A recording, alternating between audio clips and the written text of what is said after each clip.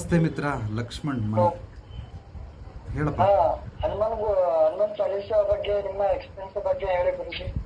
ಹನುಮಾನ್ ಚಾಲೀಸಾ ನಾನು next month ಮಾಡ್ತಾ ಇದ್ದೀನಿ. ನೇರವಾಗಿ ಬಂದು ಭೇಟಿ ಮಾಡ್ಬೋದು. ಹನುಮಂತನ ಬಗ್ಗೆ ನಾನು ಅದನ್ನು ದೊಡ್ಡ ಸಬ್ಜೆಕ್ಟ್, ಅದನ್ನೆಲ್ಲ ಸುಮ್ಮನೆ ಒಂದು ವಾಕ್ಯದಲ್ಲಿ ಹೇಳೋಕ್ಕಾಗಲ್ಲ. ಆದ್ದರಿಂದ ಅರ್ಧ ದಿವಸ ಅಂದರೆ ಬೆಳಿಗ್ಗೆ 9:30 ಮಧ್ಯಾಹ್ನದವರೆಗೂ ಹನುಮಂತನ ಬಗ್ಗೆ ಒಂದಷ್ಟು ವಿಚಾರಗಳನ್ನ ತಿಳಿಸ್ತೀನಿ. ಪ್ರಸಾದ ಇರುತ್ತೆ. ಪ್ರಸಾದ ಆದ ನಂತರ 21 ಬಾರಿ ಪಠಣೆಯನ್ನು, ಹನುಮಾನ್ ಚಾಲೀಸ ಪಠಣೆಯನ್ನು ಮಾಡಿಸ್ತೀನಿ. ಸೊ ಬೆಂಗಳೂರಲ್ಲಿ ಇಲ್ಲೊಂದು ಹನುಮಂತನ ಗುಡಿ ಇದೆ, ದೇವಸ್ಥಾನ. ಸೊ ಅಲ್ಲಿ ಮಾಡಿಸ್ತಾ ಇದ್ದೀನಿ. ಅಲ್ಲಿ ಬಂದರೆ ಖಂಡಿತವಾಗಿ ತಿಳಿಸ್ತೀನಿ. ಅದನ್ನೆಲ್ಲ ಮುಂದಿನ ಇದರಲ್ಲಿ ತಿಳಿಸ್ತೀನಿ. ಓಕೆ ಗುರುಜಿ ನಮಸ್ಕಾರ. ನಮಸ್ತೆಪ್ಪ. ಕೃಷ್ಣ ಪ್ರಸಾದ್. ಗುರುಜಿ ನಾನು ಕೃಷ್ಣಮೂರ್ತಿ. ಕೃಷ್ಣಮೂರ್ತಿ ಚಳ್ಕೆರೆ. ಇಲ್ಲೊಂಥರ ಹೆಸರು ತೋರಿಸ್ತದೆ ಕಣೆಯ, ಅದಕ್ಕೋಸ್ಕರ. ಗುರುಜಿ ಅದು ಫೇಸ್ಬುಕ್ ಅಲ್ಲ, ಹಳೆ ಫೇಸ್ಬುಕ್ ಅಲ್ಲ, ಹಂಗಾಗಿ. ಓಕೆ ಓಕೆ ಹೇಳು ಮಿತ್ರ. ಗುರುಜಿ ಬೆಳಗಿನ ಜಾವ 4:05 ಗಂಟೆ ಎಚ್ಚರಿಕೆ ಆಗುತ್ತೆ. ಓಕೆ. ಮೆಡಿಟೇಷನ್ ಮಾಡೋಣ ಅಂತ ಕೂತ್ಕೊಂತೀನಿ. ಮೆಡಿಟೇಷನ್ ಒಂದು ಅರ್ಧ ಗಂಟೆ ಕೂತ್ಕೊಂತೀನಿ ಅಷ್ಟೇ. ಅರ್ಧ ಗಂಟೆ ಇಲ್ಲ ಗುರುಜಿ, ಒಂದು 20 ನಿಮಿಷ ಕೂತ್ಕೊಂತೀನಿ. ಓಕೆ. ತೂಗುಡಿಕೆ ಮಾಡ್ತೀನೋ ಮೆಡಿಟೇಷನ್ ಮಾಡ್ತೀನಿ ಗೊತ್ತಾಗ್ತಿಲ್ಲ. ಸುಮ್ಮನೆ ಕೋಳಿ ತೂಗುಡಿಕೆ ಕರೆದ ತೂಗುಡಿಕೆ ಹಂಗೆ ಬರ್ತೈತೆ. Okay, wonderful. ಬಹಳ ಸಂತೋಷ. ನಿನಗೆ ಬೆಳಿಗ್ಗೆ ಎಲ್ಲ ಪ್ಲಾನಿಂಗ್, ಇವಾಗ ಅದನ್ನ ಹೋಗಿ ಇದ್ ಮಾಡ್ಬೇಕು, ಇದನ್ನೆಲ್ಲ ಕೆಲಸ ಮಾಡ್ಕೋಬೇಕು, ಎಲ್ಲ ಪ್ಲಾನಿಂಗ್ ಮೈಂಡ್ ಸೆಟ್ ಅಲ್ಲಿ ಇರ್ತದೆ. ಒಂದ್ ಅರ್ಧ ಗಂಟೆ ತೂಗುಡಿಕೆ ಆದ್ಮೇಲೆ ಮರ್ತೋಗ್ಬಿಟ್ಟು ತಿರುಗಿ ಯಥಾಸ್ಥಿತಿನೇ ಹಂಗೆ ಆಗ್ಬಿಟ್ಟು ಗುರುಜಿ. ಏನ್ ಮಾಡೋ ಅರ್ಥನೇ ಆಗ್ತಿಲ್ಲ. ಅರ್ಧ ನಿನಗೆ ಅರ್ಥ ಆಗಲ್ಲ ಬಿಡು. ಯಾಕೆಂದ್ರೆ ಎಲ್ಲಿವರೆಗೂ ನೀನು ನೀರು ಗಿಳಿಯಲ್ವೋ ಅಲ್ಲಿವರೆಗೂ ಈಜು ಕಳಿಯಲ್ಲ. ಬರೀ ಮೇಲೆ ನಿಂತ್ಕೊಂಡು ನೀನು ಈಜು ಹೊಡಿಲ್ಲ ಗುರುಜಿ, ಡೈ ಹೊಡಿಲ್ಲ ಗುರುಜಿ, ಹಂಗೆ ಮಾಡ್ಲಾ ಗುರುಜಿ, ಹಿಂಗೆ ಮಾಡ್ಲಾ ಗುರುಜಿ, ರಬ್ಬರ್ ತಗೊಂಬರಲ್ಲ ಗುರುಜಿ, ಅದೇನು ಟ್ಯೂಬು ಟೈರ್ ತಗೊಂಬರಲ್ಲ ಗುರುಜಿ, ಹಗ್ಗ ಕಟ್ಕೊಳ್ಳ ಗುರುಜಿ, ಪ್ಲಾಸ್ಟಿಕ್ ಬಾಟ್ಲಿಗೆ ಹಿಂಗೆ ಕೇಳ್ತಾನೆ ಇರು. ನೀರಿಗೆ ಮಾತ್ರ ಇಳಿಬೇಡ. ನಾನು ಹೇಳ್ತಾನೆ ಇರ್ತೀನಿ ಏನೇನು.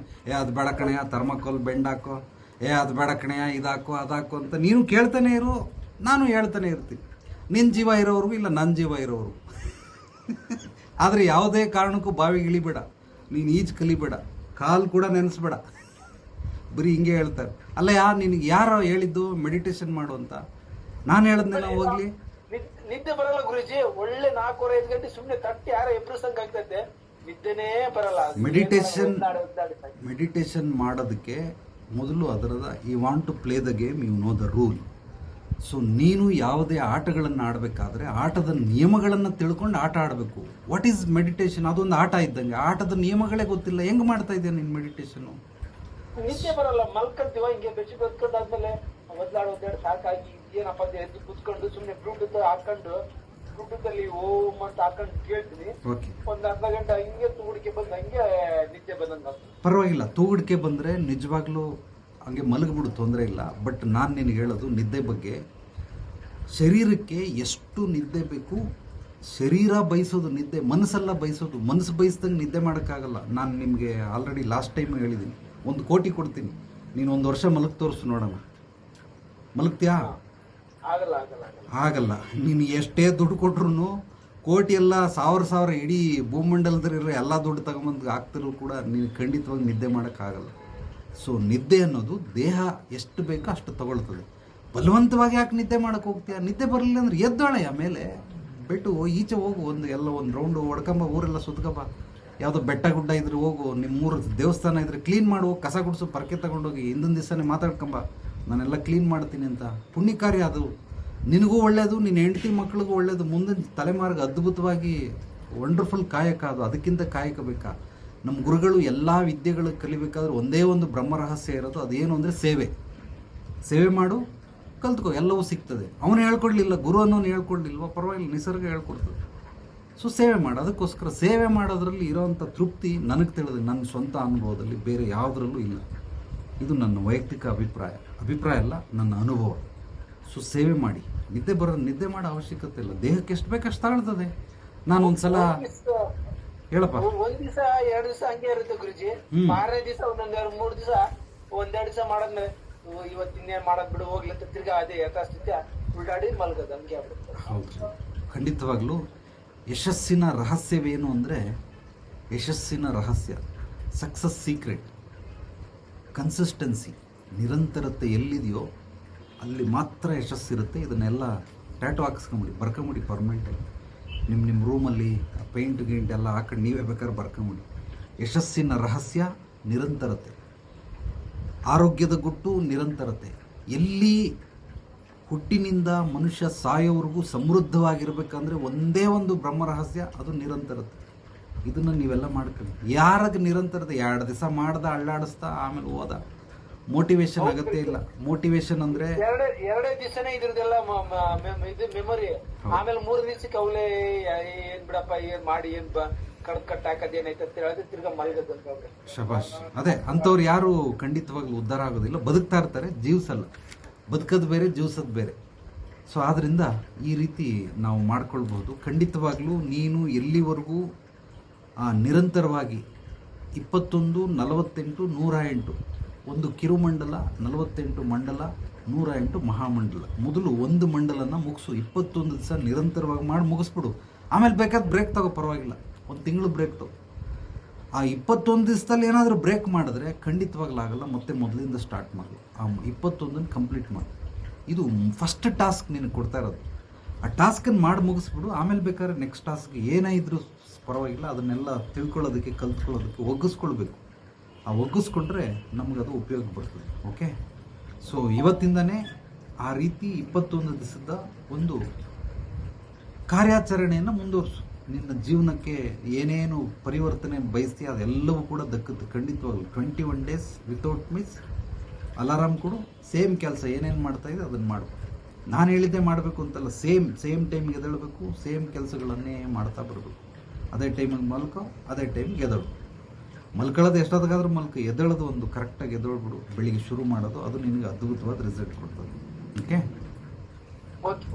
ಓಕೆಪ್ಪ, ಥ್ಯಾಂಕ್ ಯು. ನೆಕ್ಸ್ಟ್ ಯಾರೋ ಜ್ಯೋತಿ ಅಂತ ಆಗಲೇ ಓಪನ್ ಮಾಡಿದ್ರು. ಜ್ಯೋತಿ ಕುಮಾರ ಇರ್ಬೋದು. ಎಲ್ಲಮ್ಮ ಇದೆಯಾ? ಹೊರಟ್ಬಿಟ್ಟ? ಎಸ್. ನೆಕ್ಸ್ಟ್ ಕೇಳಿ. ಇನ್ನು ಯಾರು ಕೇಳ್ತೀರಾ? ಈಗ ಅವರು ಧ್ಯಾನದ ಬಗ್ಗೆ ಕೇಳಿದ್ರಲ್ಲ, ನೀವು 21 ದಿನ ಅದು ಮಾಡ್ಬೇಕು ಅಂತ ಹೇಳಿದ್ರಿ. ನಾನು ಆ ಪ್ರಯತ್ನದಲ್ಲಿ ಆಲ್ರೆಡಿ ಇದ್ದೀನಿ. ಬಟ್ 20 ಮಿನಿಟ್ಸ್ ಮೇಲೆ ಆದ್ರೆ ಪೈನ್ ಅಲ್ಲಿ ಆಟೋಮೆಟಿಕ್ ಆಗಿ ಪೈನ್ ಬರುತ್ತೆ. ಹೌದು. ಸೊ ಕೆಲವರು ಧ್ಯಾನ ಮಾಡೋಕ್ಕೆ ಅವಶ್ಯಕತೆ ಇಲ್ಲ. ಸೊ ಧ್ಯಾನ ಅಂದರೆ ಕೆಲವರು ಹಿಂಗೆ ಬೆನ್ಮೂಳೆ ನೆಟ್ಟಿಗಿರ್ಬೇಕು, ತಲೆ ಹಿಂಗಿರ್ಬೇಕು ಅಂತಾರೆ. ಖಂಡಿತವಾಗ್ಲೂ ಅದು ಯಾವುದೇ ರೀತಿ ಇಲ್ಲ. ಧ್ಯಾನದಲ್ಲಿ 1,500 ರೀತಿ ಪ್ರಪಂಚದಾದ್ಯಂತ ಧ್ಯಾನ ಕ್ರಿಯೆಗಳಿದ್ದಾವೆ. ಆ ಎಲ್ಲ ಧ್ಯಾನ ಕ್ರಿಯೆಗಳು ಎಲ್ಲರಿಗೂ ಸೂಟೇಬಲ್ ಆಗೋದಿಲ್ಲ. 1, 2 ಅಥವಾ 3, ಹೆಚ್ಚಂದರೆ ಒಂದು 4 ಧ್ಯಾನ ಕ್ರಿಯೆಗಳು ಸಣ್ಣ ಮಕ್ಕಳಿಂದ ಹಿಡಿದು ವಯೋವೃದ್ಧರವರೆಗೂ ಯಾರು ಬೇಕಾದ್ರೂ ಮಾಡಬಹುದು. ಆದ್ದರಿಂದ ಆ ರೀತಿ ಧ್ಯಾನ ಮಾಡಿ ನನಗೆ ಬೆನ್ನೋವಿಸ್ಕೊಳ್ತೀನಿ ಅಂತಂದರೆ ಅದು ಏನಕ್ಕೆ ಬೇಕು? ಧ್ಯಾನ ಮಾಡೋದ್ರ ಉದ್ದೇಶ ಏನು? ಪರ್ಪಸ್ ಏನು? ಧ್ಯಾನ ಮಾಡಿ ಬೆನ್ನೋವಿಸ್ಕೊಳ್ಳೋ ಅಂಥದ್ದು ಏನಿದೆ? ನನಗೆ ಕುಂಡಿ ನೋವ್ತದೆ, ಸೊಂಟ ನೋವ್ತದೆ ಅಂತಂದರೆ ಧ್ಯಾನ ಯಾಕೆ ಮಾಡಬೇಕು? ಧ್ಯಾನ ಮಾಡೋ ಅವಶ್ಯಕತೆ ಇಲ್ಲ. ಸೊ ಹಂಗೆ ಬಲವಂತವಾಗಿ ನೋಯ್ತಾ ಇದ್ರೂ ಕೂಡ ನಾನು ಧ್ಯಾನ ಮಾಡ್ತೀನಿ ಅಂದರೆ ನಿನ್ನಂಥ ಮುಟ್ಟಾಳ ಯಾರೂ ಇಲ್ಲ. ನೀನೇ ಪರಮ ಮುಟ್ಟಾಳ. ಅಲ್ಲಪ್ಪ, ನಾವು ಅನುಕೂಲ ಮಾಡಿ ನನ್ನ ಮೆಂಟಾಲಿಟಿ ಚಿಕ್ಕದ್ರಿಂದ ಹೆಂಗಿದೆ ಹೇಳ್ಬಿಡ್ತೀನಿ. ಗುರುಗಳು ಸಿಕ್ಕಿದ ಮೇಲಂತೂ ಅದ್ಭುತ. ನಾನು ನನ್ನ ಸ್ನೇಹಿತ ಮಹೇಶ್ ಅಂತ, ನಾವಿಬ್ಬರು ಚಡ್ಡಿ ದೋಸ್ತಗಳು ಸೈಕಲಲ್ಲಿ ಓಡಾಡ್ತಾ ಇದ್ರು. ಅವಾಗೆಲ್ಲ ಯಾವುದು ಬೆಳ್ಳಿಯಪ್ಪ, ಬಂಗಾರಪ್ಪ, ಗುರುಬ್ರಹ್ಮ, ರವಿಚಂದ್ರನ್ ಪಿಕ್ಚರ್ಗಳು ಬರ್ತಾಯಿತ್ತು. ಸೊ ಆ ಪಿಕ್ಚರ್ ನೋಡೋಕ್ಕೆ ಇಲ್ಲಿಂದ ಕಾವೇರಿ ಥಿಯೇಟ್ರಿಗೆ ಹೋಗ್ಬಿಡ್ತಾ. Gandhi class ₹1 ticket. ಹಂಗಾಗಿ ಸೈಕಲ್ ತಗೊಂಡು ಹೋಗ್ಬಿಡ್ತಾಯಿದ್ವಿ. ನಂದಿ ಬೆಟ್ಟಕ್ಕೆ ಹೋಗ್ತಾಯಿದ್ವಿ ಸೈಕಲ್ಗೆ, ದೊಡ್ಡಾಲ್ಮರದ ಹತ್ರ. ಮತ್ತು ಅದು ಒಗಣೇಕಲ್ ಫಾಲ್ಸ್, ತಮಿಳ್ನಾಡಿಗೆ ಹೋಗ್ತಾಯಿದ್ವಿ ಸೈಕಲಲ್ಲಿ. ಆ ಸೈಕಲಲ್ಲಿ ಹೋಗ್ಬೇಕಾದ್ರೆ ಈಗೆಲ್ಲ ಒಂದು ರೀತಿ ಸಮತಟ್ಟವಾಗಿದೆ. ಅವಾಗೆಲ್ಲ ಅಪ್ಪು ಸಿಕ್ಕಾಬಿಟ್ಟೆ ಡೌನು, ಈ ವಿಚಿತ್ರವಾಗಿರೋದು. ಒಬ್ಬೊಬ್ರದ್ದು ಮೇಲಿರೋದು ಮನೆ, ಒಬ್ಬೊಬ್ರದ್ದು ಕೆಳಗಡೆ ಇರೋದು. ಆ ರೀತಿ ಅಪ್ಪು ಬಂದಾಗ ಅವನೇನು ಮಾಡೋನು, ಫುಲ್ ಸೈಕಲ್ನ ತಗೊಂಡು, ಅದು ಜೋಶ್ ಅಲ್ವಾ, ವಯಸ್ಸು, ರಕ್ತ, ಬಿಸಿ ರಕ್ತ, 18 ವರ್ಷ. ಫುಲ್ಲು ಅಪ್ಪು ಹತ್ತಿಸ್ಬಿಡೋನು ಅವನು. ಹೆಂಗೋ ಮಾಡಿ ಆಗ್ತಾ ಇರಲಿಲ್ಲ. ಬಟ್ ಏನೋ ಬೆವರು ಬಂದರೂ ಪರವಾಗಿಲ್ಲ, ಪ್ಯಾಂಟ್ ಹರಿದೋದ್ರೂ ಪರವಾಗಿಲ್ಲ, ಹತ್ತಿಸ್ಬಿಟ್ಟು ಅವನು ಅಲ್ಲಿ ಹೋಗ್ಬಿಟ್ಟು ರೆಸ್ಟ್ ತಗೋತಾರೆ. ನಾನೇನು ಮಾಡ್ತಾಯಿದ್ದೆ, ಅಪ್ಪು ಬಂದಿದ ತಕ್ಷಣ ಸೈಕಲಿಂದ ಇಳಿದ್ಬಿಟ್ಟು ಆರಾಮಾಗಿ ತಳ್ಕೊಂಡು ಹೋಗ್ತಾಯಿದ್ದೆ. ಮೇಲ್ಗಡೆ ಹೋಗಿ ತುಳ್ಕೊಂಡು ಹೋಗ್ತಾನೆ. ಅವನ್ನೆಲ್ಲ ನೀನೇನು ಗಂಡ್ಸಲ್ಲೇನಾ, ಹೊಡಿಯ, ಸೈಕಲ್ ಹೊಡಿಯೋಕ್ಕೆ ಶಕ್ತಿ ಇಲ್ಲ ನಿನಗೆ, ತುಳ್ಕೊಂಬಾರ ಅಂತ. ಹೋಗಲ್ಲ, ಮುಚ್ಕೊಂಡು ಹೋಗ, ನಿನಗೇನು, ನನಗೆ ಕಾಯಿ ಹೆಂಗಿದ್ರೆ ಕಾಯಿ, ಇಲ್ಲ ಹೋಗಿ, ನಾನು ಆಮೇಲೆ ಅಲ್ಲಿ ಬರ್ತೀನಿ ಅಂತ. ಯಾಕೆ ನೀನು ಹೊಡೆಯಲ್ಲ ಅಂತ. ನನ್ನ ಒಂದು ಅಭಿಪ್ರಾಯ ಏನಂದರೆ, ಸೈಕಲ್ ಇರೋದು ನಮ್ಮ ಹೆಲ್ಪ್ಗೆ, ನನ್ನ ಸಹಾಯಕ್ಕೋಸ್ಕರ ಸೈಕಲ್ ಇರೋದು. ನಾನು ಇಲ್ಲಿಂದ ಮೆಜೆಸ್ಟಿಕ್ ಹೋಗ್ಬೇಕಂದ್ರೆ ಸುಮಾರು 1 ಗಂಟೆ ಆಗುತ್ತೆ. ಸೈಕಲಲ್ಲಿ ಹೋಗ್ಬೇಕು. ನಡ್ಕೊಂಡು ಹೋದರೆ ಒಂದು ಅರ್ಧ ದಿವಸ ಆಗುತ್ತೆ. ಸೊ ಸೈಕಲ್ ನಮಗೆ ಸಹಾಯ ಮಾಡಬೇಕು. ಅದು ಬಿಟ್ಬಿಟ್ಟು ನಮ್ಮ ಶಕ್ತಿ ಚೈತನ್ಯ ಎಲ್ಲ ಸೈಕಲೇ ತಗೊಂಬಿಟ್ರೆ ನಾನು ಸೈಕಲ್ ಏನಕ್ಕೆ ಉಪಯೋಗಿಸ್ಬೇಕು? ಇದು ನನ್ನ ಬಾಲ್ಯದ ಥಾಟ್ಸ್. ಚಿಕ್ಕದ್ರಿಂದನೂ ನನ್ನ ಥಾಟ್ಸ್ಗಳೆಲ್ಲ, ಯೋಚನೆಗಳೆಲ್ಲ ಈ ರೀತಿ ಇರ್ತವೆ. ಅದಕ್ಕೆ ನಾನು ಸೈಕಲಿಂದ ಸಹಾಯ ಪಡ್ಕೊಳ್ತಾ ಇದ್ದನೇ ಹೊರತು ಸೈಕಲಿಂದ ನನಗೆ ತೊಂದರೆ ಆಗಬಾರ್ದು. ಅದೇ ರೀತಿ ಧ್ಯಾನದಿಂದ ನನಗೆ ಸಹಾಯ ಆಗಬೇಕೆ ಹೊರತು ಧ್ಯಾನದಿಂದ ನನಗೆ ತೊಂದರೆ ಆಗ್ತಾಯಿದೆ ಅಂದರೆ ಆ ಥರ ಧ್ಯಾನ ಯಾಕೆ ಬೇಕು? ಯಾಕೆ ಮಾಡ್ತೀರಾ? ಕೆಲವರು ಗುರುಗಳು ಅಂತಿದ್ದಾರೆ, ಭಾಳ ಹೊಟ್ಟೆ ಉರಿತದೆ ಅವ್ರ ಹೆಸರು ಹೇಳೋಕ್ಕೂ ಒಂಥರ ಬೇಸರ ಆಗುತ್ತೆ.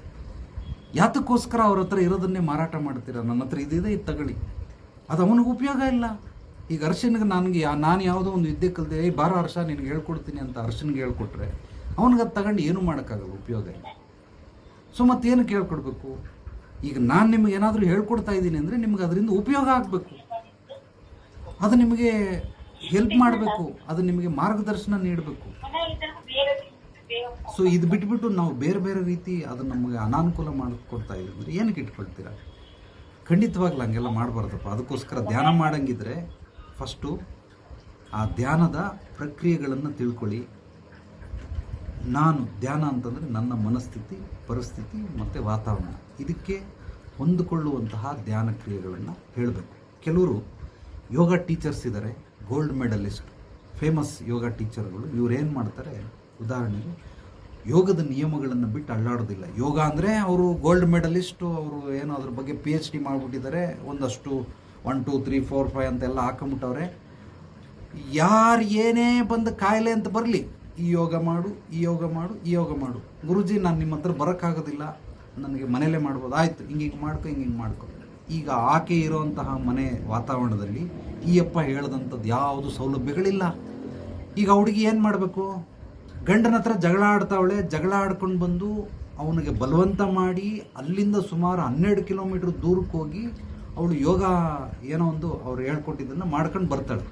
ಈಗ ಅವಳು 12 ಕಿಲೋಮೀಟ್ರ್ ಹೋಗಿ ಬರೋಷ್ಟರಲ್ಲಿ ಗಂಡನಿಗೆ ಮಕ್ಕಳಿಗೆ ಊಟ ಯಾರಾಗ್ತಾರೆ? ಅತ್ತೆ ಮಾವನ್ ಯಾರು ನೋಡ್ಕೊಳ್ತಾರೆ? ಹೆಂಡತಿ ಅವನು ಯಾರೋ ಗೋಲ್ಡ್ ಮೆಡಲಿಸ್ಟ್ ಶಿಷ್ಯ, ಗಂಡ ನನ್ನ ಶಿಷ್ಯ. ಈಗ ಅವನು ಬಂದ ನನ್ನ ಹತ್ರ, ಗುರುಜಿ ಏನು ಮಾಡ್ಬೇಕು ಗುರುಜಿ ಅಂತ. ಕರ್ಕೊಂಬರ ನೀನು ಹೇಳ್ತೀನಿ, ಹೇಳ್ತೀನಿ. ಬರಲ್ಲ, ಅವ್ರ ಗುರುಜಿ ಹತ್ರ ಬಿಟ್ಬಿಟ್ಟು ಬರಲ್ಲ, ನಾನೇ ಬರ್ತೀನಿ ನಡೆಯ ನಿನ್ನ ಮನೆಗೆ ಅಂತ ಅಂದ್ಬಿಟ್ಟು ಅವ್ರಿಗೆ ಕರ್ಕೊಂಡು. ಏನು ತಾಯಿ ಚೆನ್ನಾಗಿದೆಯಾ?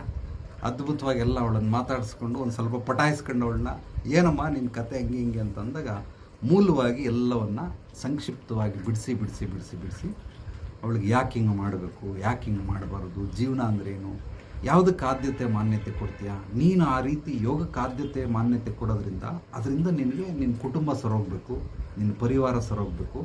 ಅದು ಬಿಟ್ಬಿಟ್ಟು ನೀನು ಮಾಡೋ ಕ್ರಿಯೆಯಿಂದ ಗಂಡ ಮಕ್ಕಳು ಉಪವಾಸ ಇರ್ತಾರೆ, ಅತ್ತೆ ಮಾವು ಹೋಟ್ಲಿಂದ ತಂದು ತಿಂತವ್ರೆ ಅಂದರೆ ಇದು ಯಾವ ಪುಣ್ಯ ಬರ್ತದೆ ನಿನಗೆ? ಯಾವ ನನ್ನ ಮಗ ಹೇಳ್ಕೊಟ್ಟವನು? ಅಯ್ಯೋ ಹಂಗೆಲ್ಲ ಏನ್ಬೇಡಿ, ನನ್ನ ಗುರುಗಳಿಗೆ ಹಂಗೆಲ್ಲ ಹೇಳ್ಬಿಡಿ ದಯವಿಟ್ಟು. ಸರಿ ಆಯ್ತಮ್ಮ, ತಪ್ಪಾಯ್ತು, ಏನೋ ಹಿರಿಯರು ಏನೋ ಬಾಯಿಂದ ಬಂದ್ಬಿಡ್ತು, ಕ್ಷಮಿಸ್ಬಿಡು. ಬಟ್ ನೀನು ಹೇಳು, ಈ ರೀತಿ ಇನ್ನೊಬ್ರಿಗೆ ಅನ್ಯಾಯ ಮಾಡಿ, ಇನ್ನೊಬ್ರಿಗೆ ನೋಯಿಸಿ, ಇನ್ನೊಬ್ಬರು ದುಡ್ಡು ಖರ್ಚು ಮಾಡಿ ನೀನು ಅಲ್ಲೋಗಿ 12 ಕಿಲೋಮೀಟ್ರ್ ಹೋಗಿ ಬರೋದಕ್ಕೆ ಸಮಯ ಎಷ್ಟು ಬೇಕು? ಇಲ್ಲಿಂದ ಹೋಗೋದಕ್ಕೆ 1 ಗಂಟೆ, ಬರೋಕ್ಕೆ 1 ಗಂಟೆ, ಅಲ್ಲೊಂದು 2 ಗಂಟೆ, 4 ಗಂಟೆ ನೀನು ಮನೆ ಮಗಳಾಗಿ ಎಲ್ಲ ಕೆಲಸಗಳು ನೀನು ಮಾಡಬೇಕಾಗಿರೋದು ನೀನು ಬಿಟ್ಬಿಟ್ಟು ಹೋಗ್ಬಿಟ್ರೆ ಪಾಪ ವಯಸ್ಸಾದ ಅಪ್ಪ ಅಮ್ಮನ ಗತಿ ಏನು? ಗಂಡ ಕೆಲ್ಸಕ್ಕೆ ಹೋಗಿ ದುಡ್ಕೊಂಡು ಬರಬೇಕು, ಹೆಂಡತಿ ಮಕ್ಕಳನ್ನ ಸಾಕಬೇಕು, ಅಪ್ಪನೂ ದುಡಿಬೇಕು, ಅವ್ವನೂ ಅರಿಬೇಕು ಅಂತ ಎಲ್ಲಿಂದ ಎಲ್ಲಿಗೆ ನ್ಯಾಯ? ಸೊ ಒಂಚೂರು ಥಿಂಕ್ ಮಾಡಿ. ಭಗವಂತ ವಿವೇಚನೆ ಕೊಟ್ಟಿದ್ದಾನೆ, ವಿವೇಕ ಕೊಟ್ಟಿದ್ದಾನೆ, ಬುದ್ಧಿ ಕೊಟ್ಟಿದ್ದಾನೆ, ಜ್ಞಾನ ಕೊಟ್ಟಿದ್ದಾನೆ, ಸಾಮಾನ್ಯ ಜ್ಞಾನ. ಪ್ರತಿ ಸಲ ಬಡ್ಕೊತಾ ಇರ್ತೀನಿ. ಪರಮಜ್ಞಾನ, ಬ್ರಹ್ಮಜ್ಞಾನ ಬೇಕಾಗೇ ಇಲ್ಲ. ನಿಜವಾಗ್ಲೂ ಹೇಳ್ತೇನೆ, ನನ್ನ ಅನುಭವದಲ್ಲಿ ಹೇಳ್ತೇನೆ, ಅದು ಅವಶ್ಯಕತೆಯೇ ಇಲ್ಲ. ಸಾಮಾನ್ಯ ಜ್ಞಾನ ಇದ್ದರೆ ಸಾಕು. ಸ್ವರ್ಗ ಸುಖಿಗಳಾಗಿ ಬದುಕಬೇಕು. ಈ ಭೂಮಂಡಲವನ್ನೇ ಸ್ವರ್ಗವನ್ನಾಗಿ ಮಾಡ್ಬೋದು, ಪರಿವರ್ತನೆ ಮಾಡ್ಕೊಂಬರ್ಬೋದು, ರೂಪಾಂತರಣ ಮಾಡ್ಕೊಂಬರ್ಬೋದು. ಬಟ್ ಸಾಮಾನ್ಯ ಜ್ಞಾನ ಇಲ್ಲ ಅಂತಂದರೆ ಏನೋ ಶಕ್ತಿ ಇದೆ, ನಾನು ಹೋಗಿ ಆ ಥರ ಹೋಗಿ ಸರಿ ಮಾಡ್ಕೊಂಬಂದೆ. ಬಟ್ ಏನು ಪ್ರತಿ ಮನೆಗೂ ಹಂಗೆ ಮಾಡಿದಾಗೆಲ್ಲ ಹೋಗಿ ಮಾಡ್ಕೊಂಬರೋಕ್ಕಾಗುತ್ತೆ? ಒಂದೊಂದು ಮನೆಗೆ ಹೋಗ್ಬಿಟ್ಟು ರಿಸಲ್ಟ್ ಕೊಡೋಕ್ಕಾಗುತ್ತಾ? ಡೆಫಿನೆಟ್ಲಿ ಆಗೋದಿಲ್ಲ.